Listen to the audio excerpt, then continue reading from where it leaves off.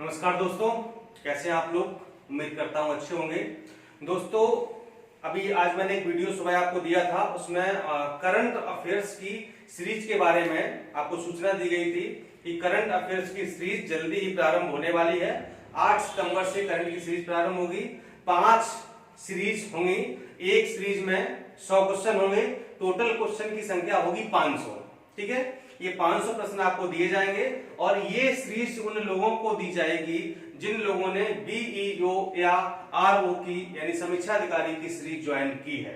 ठीक है, और इसकी कोई फीस नहीं है, कोई चार्ज नहीं है, निःशुल्क ये दी जाएगी आपको सीरीज। ठीक है, और यदि आपको भी ये सीरीज लेनी है तो आप भी समीक्षा अधिकारी की टेस्ट सीरीज में एडमिशन करवा के रजिस्ट्रेशन करवा के इसको आप निःशुल्क प्राप्त कर सकते हैं। इसका अलग से कोई भी चार्ज नहीं लिया जाएगा। ठीक है, चलिए आज से हम लोग शुरू कर रहे हैं इतिहास। आप लोगों की बहुत डिमांड थी कि जो मॉडर्न हिस्ट्री है तो मॉडर्न हिस्ट्री को पढ़ा दिया जाए, क्योंकि क्वेश्चन की संख्या वहां से बहुत ज्यादा होती है और परीक्षा में पूछे जाते हैं, चाहे वो पीसीएस हो, चाहे समीक्षा अधिकारी हो, चाहे लोअर हो, किसी परीक्षा में भी।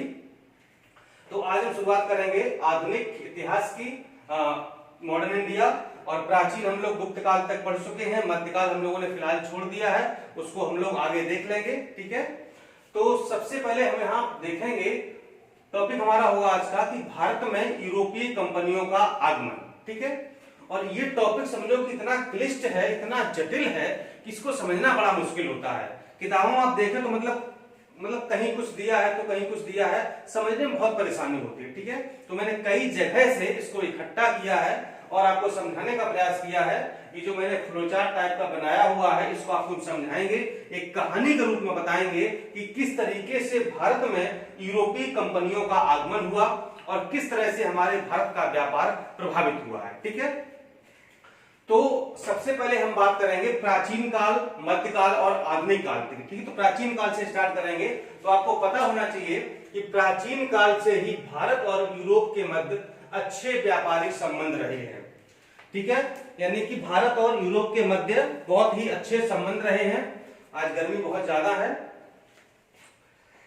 चलिए, तो प्राचीन काल से ही भारत और यूरोप के मध्य अच्छे व्यापारिक संबंध रहे हैं और यह व्यापार है मुख्यतः स्थल मार्ग से हुआ करता था। ठीक है, यानी जो भारत और यूरोप के बीच में व्यापार होता था, वहां के व्यापारी यहाँ आते थे, यहाँ के व्यापारी वहां जाते थे। तो ये जो व्यापार हुआ करता था वो बेसिकली जो स्थल मार्ग था, जो थल मार्ग था, वहां से हुआ करता था और अच्छा खासा व्यापार होता था। यहाँ की वस्तुएं वहां निर्यात की जाती थी और वहां की वस्तुओं को यहाँ पर आयात किया जाता था।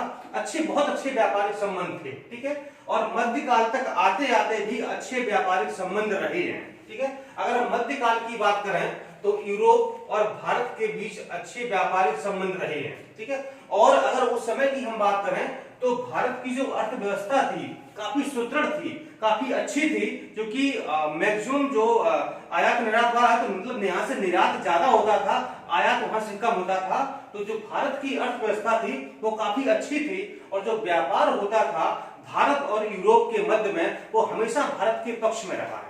ठीक है, क्योंकि हमको चीजें आयात कम करनी पड़ती थी, निर्यात हम ज्यादा करते थे, इसलिए व्यापार हमेशा हमारे यानी कि भारत के पक्ष में रहा है।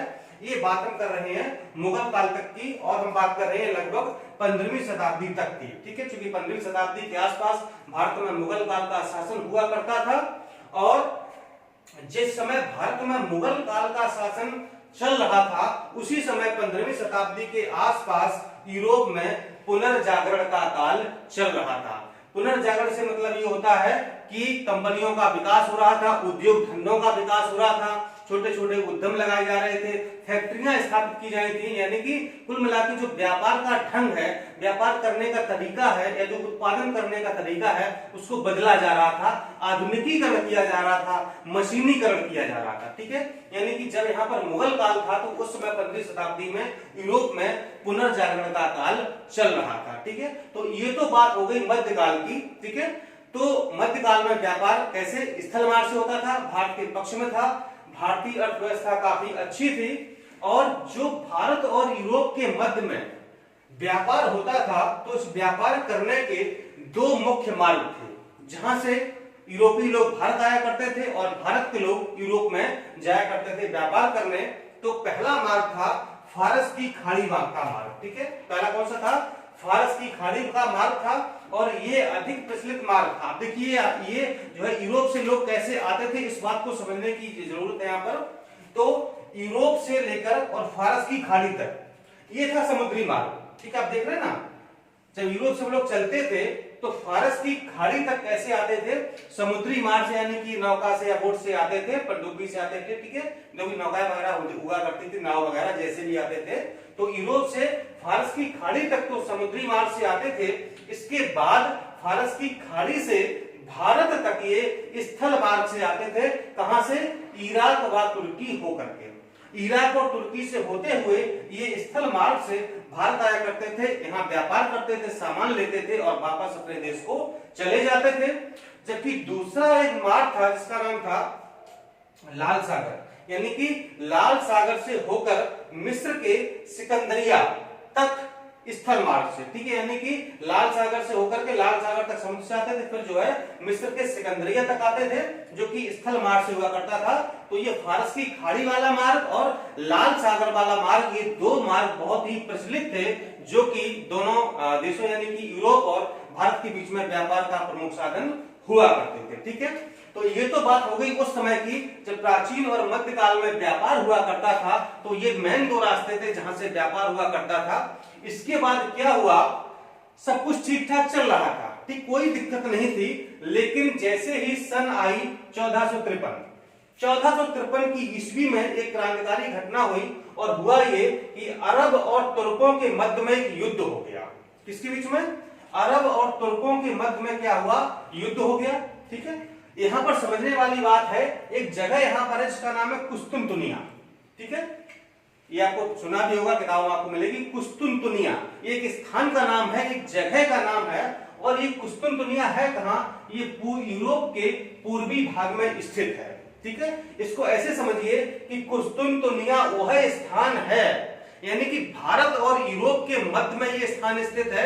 यदि भारत के लोग यूरोप जाना चाहते हैं व्यापार करने तो कुस्तुनतुनिया होकर जाना पड़ेगा, और अगर यूरोप के लोग भारत आना चाहते व्यापार करने तो उनको कुस्तुनतुनिया आना पड़ेगा। यानी कि बीच का मार्ग था, बीच का स्थान था, इस मार्ग से गुजरते बिना गुजरे हुए व्यापार नहीं हो सकता था। ठीक है, यानी समझिए की पॉइंट था, यहां से होकर के गुजरना ही पड़ेगा। ठीक है, और ये कहां पर था? ये यूरोप के पूर्वी भाग में स्थित था। और सन 1453 में क्या हुआ कि अरबों और तुर्कों के मध्य में युद्ध हो गया। युद्ध होने से क्या हुआ? तुर्कों ने कुस्तुनतुनिया पर अधिकार कर लिया। क्या हुआ? तुर्कों ने कुस्तुनतुनिया पर अधिकार कर लिया। फिर क्या हुआ? जब अधिकार कर लिया तो उसका प्रभाव क्या हुआ कि भारत यूरोप व्यापारिक मार्ग बाधित हो गया। यानी कि तुर्कों ने इन लोगों को, ना भारत को ना यूरोप को व्यापार करने की सुविधा नहीं दी कि हम यहां से नहीं निकलने देंगे और हम इसको बाधित करेंगे। चूंकि हमने इसको जीत लिया है, हम यहां से किसी को निकलने नहीं देंगे। यानी कि जो भारत और यूरोप के मध्य में स्थल मार्ग था, जहां से लोग व्यापार करते थे, चाहे वो भारत के हों चाहे यूरोप के हों, और यहीं से होकर के गुजरना होता था। क्योंकि ये स्थल मार्ग का की पॉइंट था, यहां से बिना गुजरे आप नहीं जा सकते थे, ना ही यूरोप और ना ही भारत। तुर्कों ने इस पर अधिकार कर लिया, बोला हम नहीं यहां से निकलने देंगे। जब नहीं निकलने दोगे तो क्या होगा? व्यापार प्रभावित हुआ, ना तो यहाँ के लोग वहां जा पाए, ना ही वहां के लोग यहाँ पर आए। तो जब ये स्थिति हो गई कि अब व्यापार बिल्कुल बंद हो जाएगा, क्योंकि सारे स्थल मार्ग अवरुद्ध हो चुके थे, यही एक ऐसी जगह थी जहां से आया जाया जा सकता था, तो वो भी क्या किया? तुर्कों ने अपने कब्जे में ले लिया और बोला हम नहीं जाने देंगे किसी भी कीमत पर। तो अब चूंकि व्यापार काफी बड़ा व्यापार था, भारत और यूरोप के काफी बड़े व्यापारिक संबंध थे, अब इस व्यापार को कैसे बंद कर दिया जाए? ये तो संभव नहीं है। फिर क्या हुआ कि वही ना कि जब एक रास्ता बंद होता है ना तो दूसरा रास्ता अपने आप खुल जाता है। ठीक है, इसका प्रभाव ये हुआ, प्रभाव क्या हुआ कि भौगोलिक खोजें प्रारंभ हो गई। ठीक है, यानी कि पुर्तगालियों ने और स्पेन के वासियों के द्वारा भौगोलिक खोजें प्रारंभ हो गई, यानी कि लोग जो है बिना व्यापार के नहीं रह सकते थे, क्योंकि व्यापार इतना प्रभावित हुआ। अब चूंकि जो यूरोप है वहां पर बहुत सर्दी पड़ती, वो ठंडे देश है, ठीक है, और वो लोग जो है मांस पर और मसालों पर जिंदा रहते हैं, ठीक है। अब जो मांस जो है वो उनका होता है तो वो मसाले लगाकर, लेप लगाकर रख देते हैं, काफी दिन तक खराब नहीं होता था। अब चूंकि भारत जो मसाला व्यापार का केंद्र था, यहाँ से बहुत सारे मसाले यूरोप को निर्यात किए जाते थे, ठीक है। इसलिए बड़े परेशान हुए पुर्तगाली वासी, स्पेन वासी, तो उन्होंने क्या किया कि भौगोलिक खोजें प्रारंभ कर दी, और जब ये स्थल मार्ग प्रभावित हो गया तो फिर क्या हुआ, एक ही रास्ता बचता था, वो था समुद्री मार्ग, यानी कि समुद्र के रास्ते अब भारत पहुंचा जाए।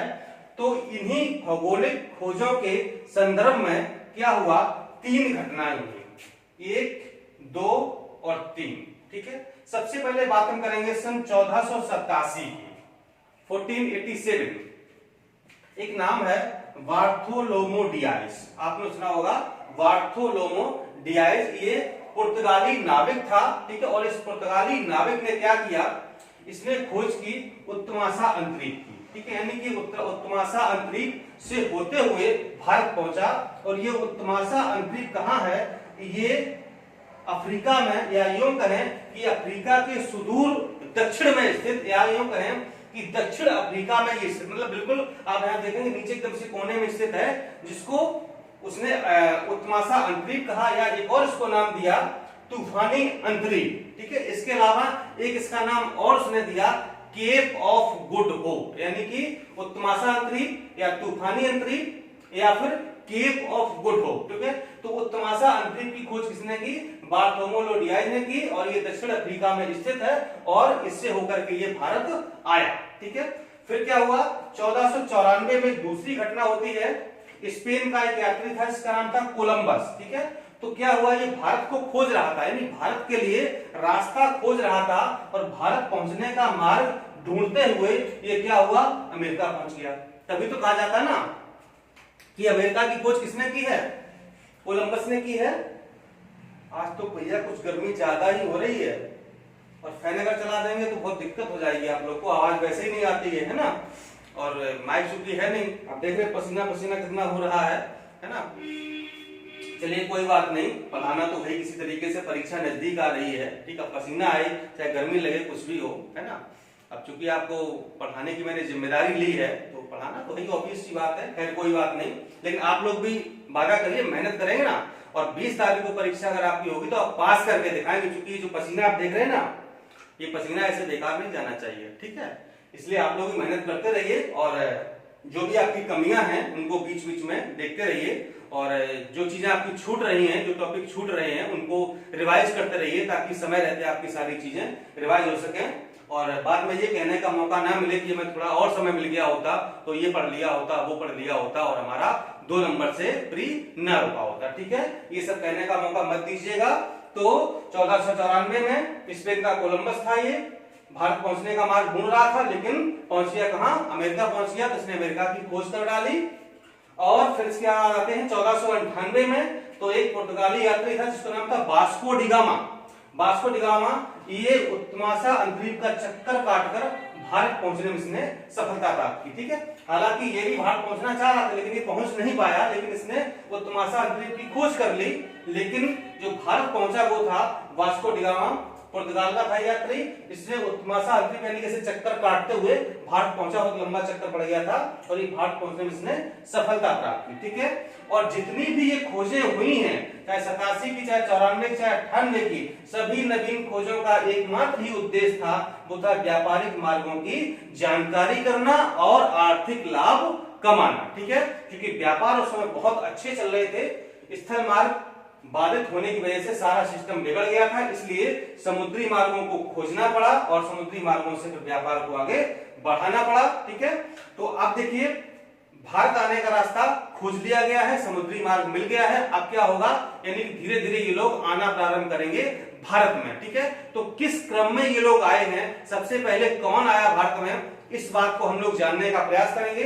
तो आज सिर्फ आपको हम ये बताएंगे कि सबसे पहले भारत में कौन आया और उनका क्रम कैसा रहा है, ये सिर्फ आपको बताएंगे। इसके बाद एक एक करके हम लोग पढ़ेंगे, उनके बारे में पूरी जानकारी लेंगे कि वो किस रास्ते से होकर के आए, सबसे पहले कौन आया है, किसने कहां पर कोठी अपनी स्थापित की है, कहां पर अपनी जो उन्होंने जो भी व्यापारिक केंद्र थे वो बनाए हैं। ठीक है, तो इस तरीके से हम लोग एक एक के बारे में जानेंगे।